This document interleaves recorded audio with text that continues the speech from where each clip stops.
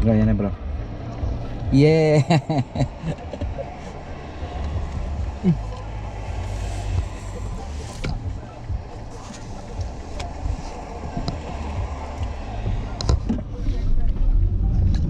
Yun o.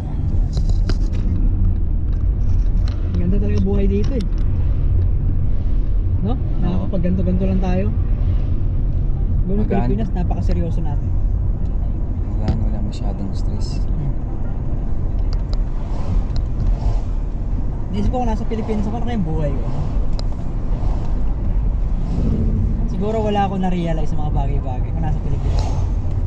Wala akong ma-realize sa bagay. Ano? Tungkol sa buhay ba? Oo.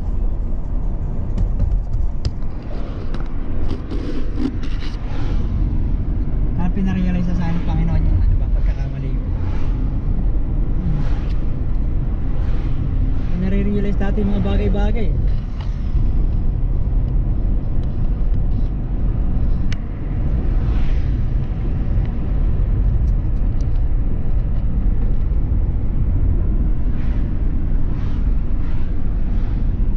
Pagbilis Uy, na. grabe.